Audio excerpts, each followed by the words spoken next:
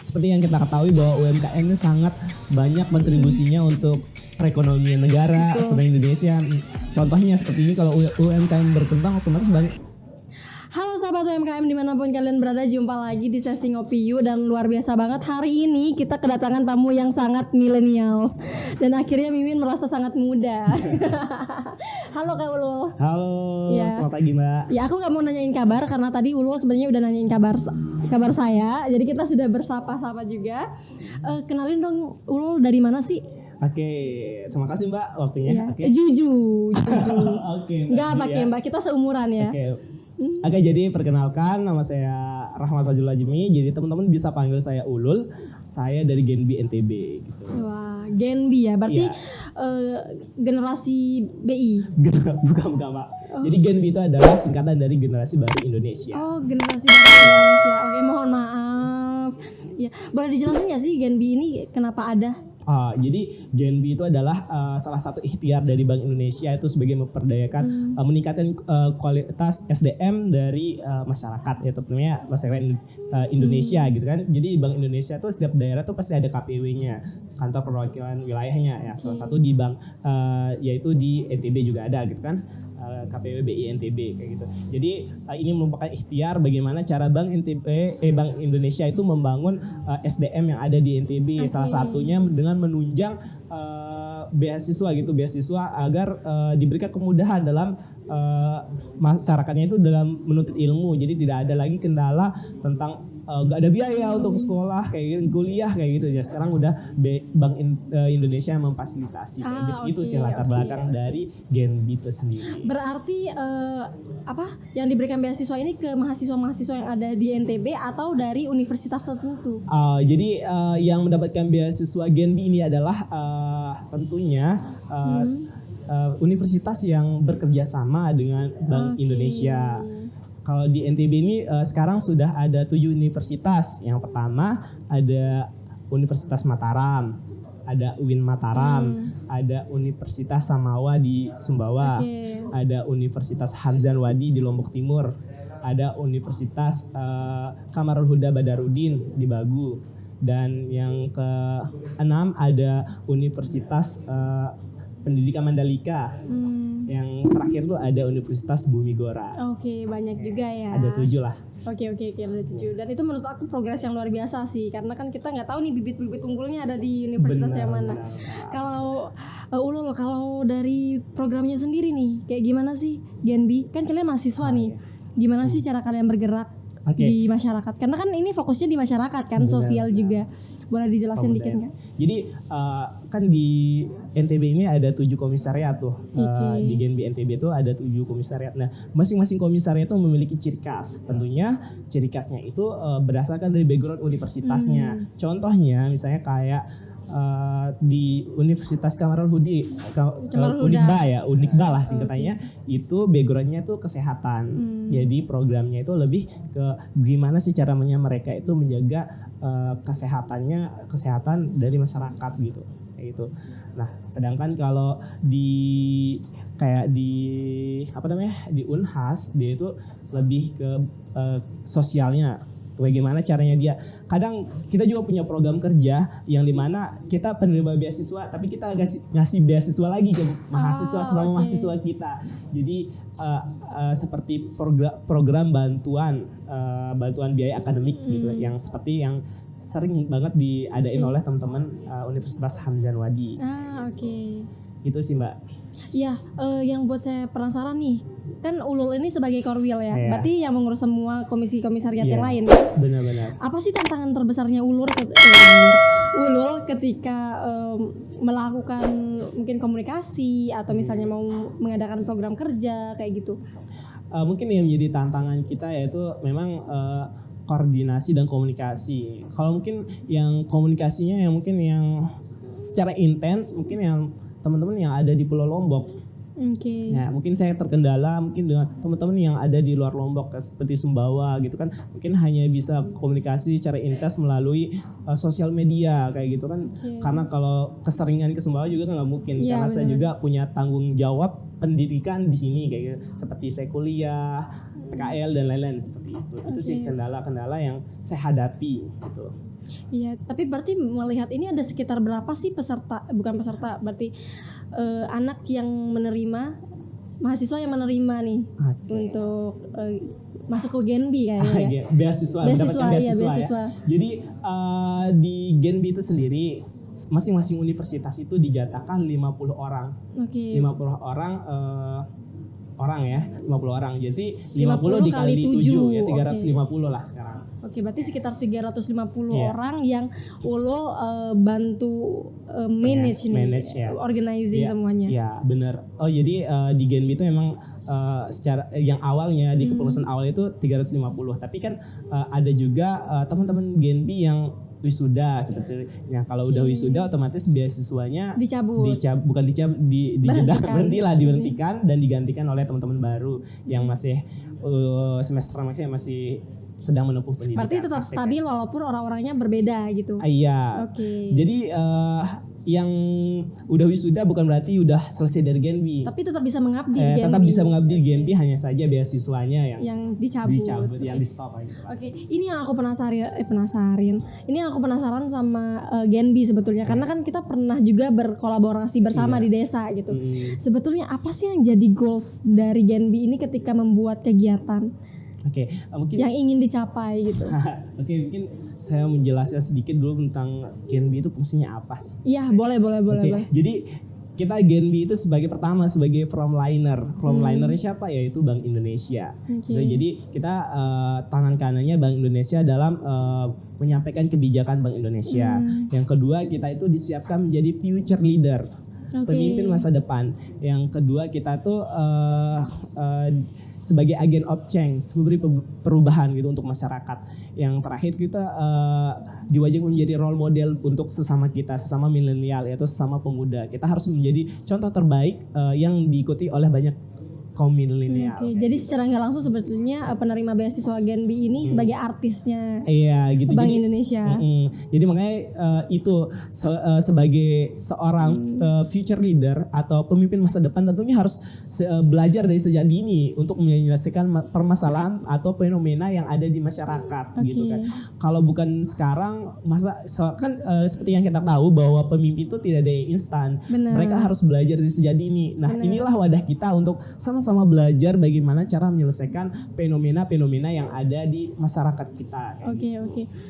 Kalau dari Ulul sendiri nih melihat, apalagi kan selalu turun lapangan, juga turun lapangan kan gitu.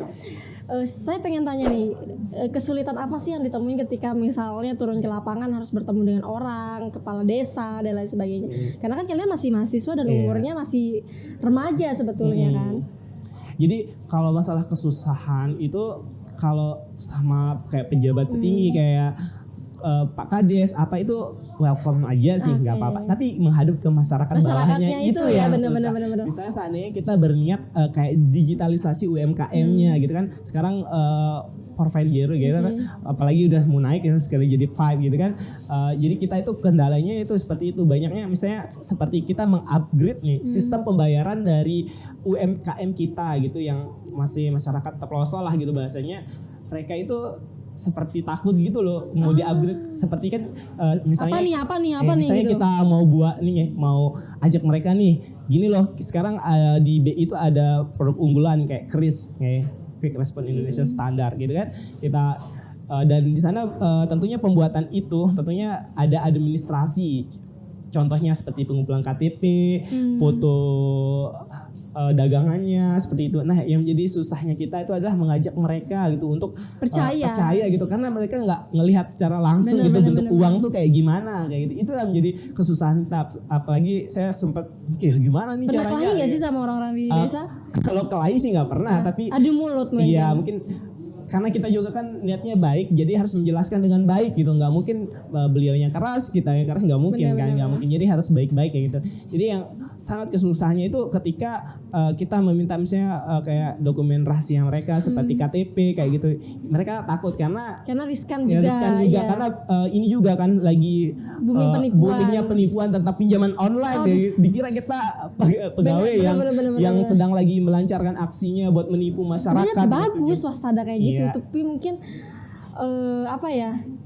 balik lagi ke kitanya kayaknya ya. Ya. Tapi kan kita bawa identitas juga identitas Bank Indonesia juga, bahkan kita pernah terjun ke lapangan ke kayak Mandalika untuk mempersiapkan acara ini kan MotoGP kayak gitu kan. Karena kan pasar kita udah nggak lagi nasional kan, internasional. Otomatis nanti orang-orang luar itu biasanya karena ada di misalnya di kota, misalnya di kota-kota besar kayak gitu, biasanya bertransaksi dengan e-digital mungkin atau e-money atau kayak gitu kan. Otomatis mereka harus ada kris gitu loh jadi barcode-nya, karena kan mau bayar pihak apa gitu biar kayak gitu. Makanya itulah tujuan kami. Itulah kesusahannya kita itu ketika mencoba mendigitalisasi masyarakatnya, UMKM-nya. Kita juga kemarin ini sih pernah juga kesusahan yang waktu kita mau kan sebenarnya kita ada di desa binaan, kita mau memasuki UMKM kita kan produknya di NTB Mall gitu. Nah, yang jadi klarifikasinya itu pihak UMKM-nya itu takutnya produknya nggak balik gitu kan, karena dititip di sini kayak gitu, takutnya hilang kayak gitu. Itulah mungkin kita susahnya dibangun citra gitu ya. Karena kan sebenarnya mereka nggak ada role modelsnya yang udah pernah masuk ke sini yang mereka kenal mungkin ya, jadi mereka butuh nggak berani ngambil resiko kayaknya. Benar. Tapi kita pernah mencari solusi. Kita solusinya kayak misalnya buat kris atau apa itu kita melalui jalur orang yang mereka percaya. Contohnya misalnya kita hubungi kepala desanya, nanti kepala desa menghubungi kadus-kadusnya, nanti kadus-kadusnya yang menemani kita turun ke lapangan. Jadi itu agak lebih mudah sih. Ya walaupun masih ada saya yang namanya kita berusaha lah, ikhtiar gitu. Namanya kita ketemu sama orang banyak yang punya karakter yang beda-beda kan Ulul. Jadi memang kita nggak bisa paksain orang untuk percaya cepat sama kita. Kita juga nggak tahu pengalaman mereka kayak gimana. Jadi memang mungkin kalian memang butuh waktu ya. Iya benar. Iya. Tapi menurut aku 2 bulan itu bukan waktu yang lama sih. Untuk maksudnya untuk membuat self branding kalian ke masyarakat ya nggak sih? Iya. Semoga setelah ini diperpanjang gitu Mas. Nah untuk ini apa yang 2 bulan Mbak? Mengabdinya? Iya mengabdinya. Oh iya 2 bulan ya. Karena kita kan masih ada goals yang harus kita kejar ya. Iya. Kalian fokusnya di sosial, ekonomi, pemberdayaan masyarakat, digitalisasi. Iya. Jadi kita fokusnya ada 4. Jadi ada 3, mohon maaf. Jadi ada 3. Pertama kita ada UMKM, bagaimana cara kita menaiki gitu kan daya belinya UMKM. Naik kelas lah gitu ya. Dari pedagang kaki 5 menjadi UMKM lah gitu. Bukan, tetap UMKM ya maksudnya. Dari mungkin penjualan mereka yang di pasar bisa ke toko. Buat kayak minimarket lah apalah kayak gitu. Pokoknya produknya terpampang lah gitu. Sama kita ada sosial lingkungan, gimana cara kita menjaga tadi kesehatan dari masyarakat kita kayak gitu kan. Sama yang terakhir ada pendidikan kan, seperti yang kita ketahui pendidikan itu adalah investasi terbaik nih gitu yang harus kita investasikan. Luar biasa. Jadi sebetulnya NTB ini punya program-program yang mulia menurut aku nih. Bahkan NTB Mall juga nggak bisa sefokus itu karena kan kita, makanya saya harapannya itu Genbi dan juga NTB Mall bisa kolaborasi bersama nih. Nggak selesai sampai di sini maksudnya Mulul. Iya benar-benar. Oke, sebelum kita lanjut lagi nih, aku pengen ngajakin ngobrol-ngobrol tapi aku punya surprise. Boleh. Kayaknya dari tadi udah aku ini kan. Jadi aku punya sesuatu loh. Iya. Ini kau ambil dulu. Tabe. Iya. Ya, ini kita punya. Jadi kita dapat bingkisan nih dari Little Italy Mataram. Wah. Lokasinya di daerah Catur Warga nomor 1. Siapa tahu nanti teman-teman kalau mau rapat bisa di sana nih. Kita bantu-bantu UMKM-nya juga. Iya benar-benar. Ini produknya langsung save-nya dari Italia loh. Wah, masa? Seriusan. Ini kita dikasih. Jadi penasaran nih. Bentar. Aku kasih kau yang lebih besar. Sesuai ya mau pasur. Iya. Nih. Aduh sorry ya pakai tangan tapi bersih kau insyaallah. Terima kasih. Iya. Ini dari kayu manis namanya cinnamon rolls. Oke. Mungkin bisa dicicipin ini, kita coba tes aja. Tes ya. Mungkin kameramennya Bapak mau? Mau nggak? Nggak. Oke. Tes ya. Coba dites aja. Aku tipe yang menggigit. Berarti tes krip ya. Iya, luar biasa. Terima kasih sebelumnya Little Italy Mataram udah ngirimin kita.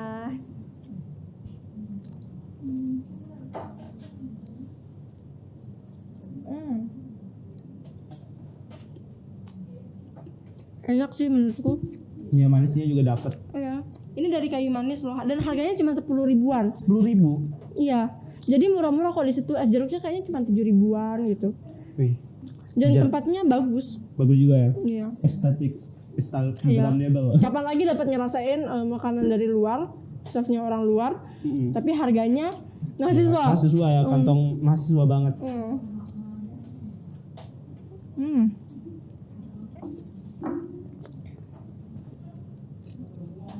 Tapi Genbi, aku mau nanya dari dulu. Genbi ini ketika berproses,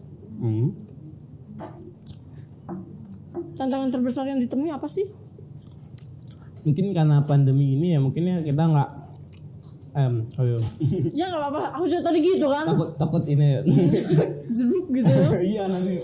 Jadi karena pandemi ini mungkin kita belum bisa membuat gerakan terlalu besar dalam artian menggabungkan semua elemen, karena ya tahu terbatasan, kan kita nggak boleh terlalu buat kayak berkumpul terlalu keramaian gitu, karena nanti kalau kita misalnya mengabdi satu daerah dengan mengumpulkan 350, otomatis nanti kan kita nggak tahu gimana. Jadi saat ini kita berkegiatannya lebih banyak per komisariat, tidak bisa terlalu membludak mengajak semua 350 orang Genbi untuk berdedikasi di satu tempat kayak gitu. Tapi saya rasa lebih baik mencari aja biar banyak daerah yang kita jangkau. Setuju. Kalau kita bergabung semua menjadi satu elemen, otomatis yang kita bisa jangkau hanya satu tempat saja. Dan itu menurut aku nggak efektif karena Genbi kan punya banyak masa.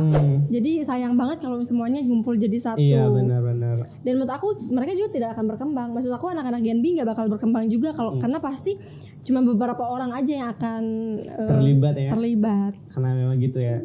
Normal kayak gitu. Jadi mending buat program yang memang kemana-mana sambil makan aja. Gak apa-apa sambil kunyah-kunyah gitu kan. Iya. Kayak gitu.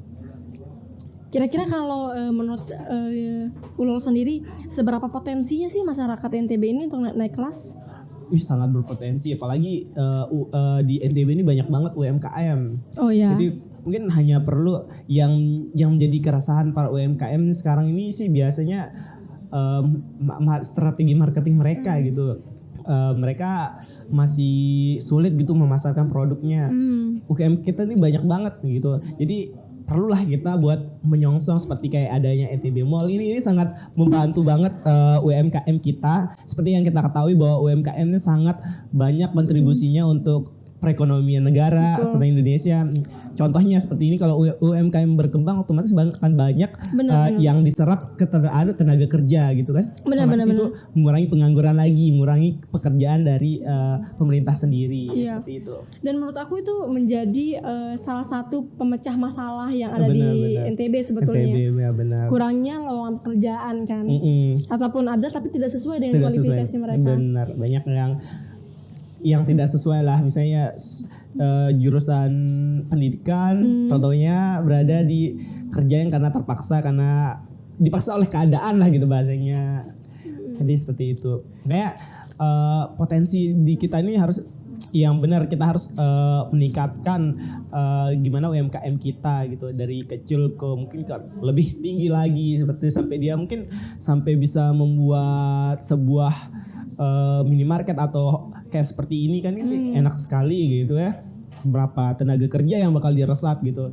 Jadi lumayan lah bisa mengurangi angka kemiskinan, belum lagi kan nanti pendapatan negara juga lebih baik juga kayak gitu. Karena kalau bukan kita siapa lagi Ulul, ya nggak sih? Iya sih, anak muda ya kan. Benar. Memang kita sebagai pemuda emang harus berpikir seperti itu, karena kalau bukan pemuda gitu ya, pemuda itu kayak seperti dia itu punya effort lebih gitu kan. Benar. Dari semangat, makanya itu yang membedakan orang tua dengan pemuda, itu semangatnya. Oke, luar biasa. Terakhir mungkin nih Ulul, aku penasaran karena kan dari tadi kita melihat dari sisi Genbi-nya nih. Aku sekarang pengen nanyain yang sisi kamunya. Maksudnya dari Ulul sendiri nih benar-benar dari dalam hati yang terdalam nih. Sebenarnya apa sih tujuannya? Karena menurut aku sulit banget untuk orang mau fokus di dunia masyarakat. Maksudnya yang untuk membantu masyarakat menurut aku itu susah banget. Kalau dari Ulul sendiri gimana sih keinginannya nih? Aku sendiri sih dari saya sendiri pribadi, saya tuh punya moto hidup yaitu memanusiakan manusia gitu. Jadi bagaimana cara kita harus punya kontribusi terhadap sesama kita, kayak gitu. Bagaimana cara saya tuh orangnya ke sosmas banget, sosial masyarakat.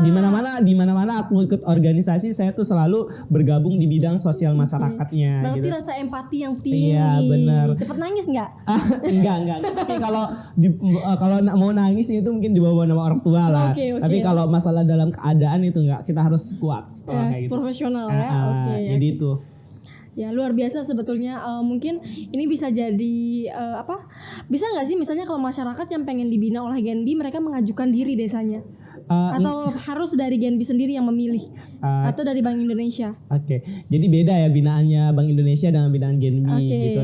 Jadi kalau binaan Genbi itu kita analisis SWOT dulu. Berarti asesmen dulu nih. Asesmen dulu, kita analisis SWOT, kita lihat apa yang perlu dikembangkan, apa yang menjadi potensi di sini. Jadi nggak sembarang, maksudnya nggak ini kita ambil yang ini aja, desa ini aja yang kita kembangkan, itu enggak. Kita analisis dulu, kita observasi dulu keadaan lapangan kayak gimana. Jadi kita nggak main ini kita bina. Kita nggak tahu nanti, siapa tahu yang kita bina adalah orang desa yang udah jadi kita yang perlu kita campur tangani adalah intervensi adalah tentunya daerah-daerah yang memang kurang dilirik lah, bukan kurang dilirik sih, yang belum dilirik lah gitu. Belum kayak gitu sih. Yeah. Luar biasa nih, aku suka banget dengan tujuannya Genbi karena ingin membuat social enterprise. Nanti ya ulang ya. Suka ngebak kadang-kadang memang. Iya. Jadi memang aku suka banget sih, setuju sama dari teman-teman Genbi sendiri itu ingin membantu UMKM secara social enterprise-nya. Jadi luar biasa. Sukses terus untuk Genbi. Amin. Semoga kita kolaborasi kita nggak selesai sampai di sini. Bakal ada lagi mungkin nanti kalau misalnya teman-teman Genbi juga butuh bantuan dari NTB Mall, kami dari NTB Mall juga butuh bantuan dari Genbi. Kita bisa sama-sama saling bantu. Oke? Kurang lebihnya saya terima kasih banyak. Sebelum ditutup mungkin pengen ini menyampaikan kata-kata terakhir. Iya, kata-kata terakhir. Mungkin kata-kata ya, mungkin tetaplah jangan nangis. Tetaplah menjadi orang baik karena lelahnya itu hanya sesaat dan kebaikannya akan diingat setiap saat. Mungkin itu saja. Luar biasa. Terima kasih banyak Ulul. Ulul, terakhir aku pengen ngajakin kau yel-yelnya NTB Mall. Gimana tuh? Ya. Jadi kalau misalnya aku bilang NTB Mall, kau jawab semua ada, semua bisa. Semua ada, semua bisa. Dari NTB untuk Indonesia. Bisa ya? Bimbing juga ya kan? Iya dong, barengan kita. Oke, siap. Ya, kita lihat kamera. Semoga aku terlihat cantik ya. Oke. NTB Mall, semua ada, semua bisa. Dari NTB untuk Indonesia. Terima kasih juga sahabat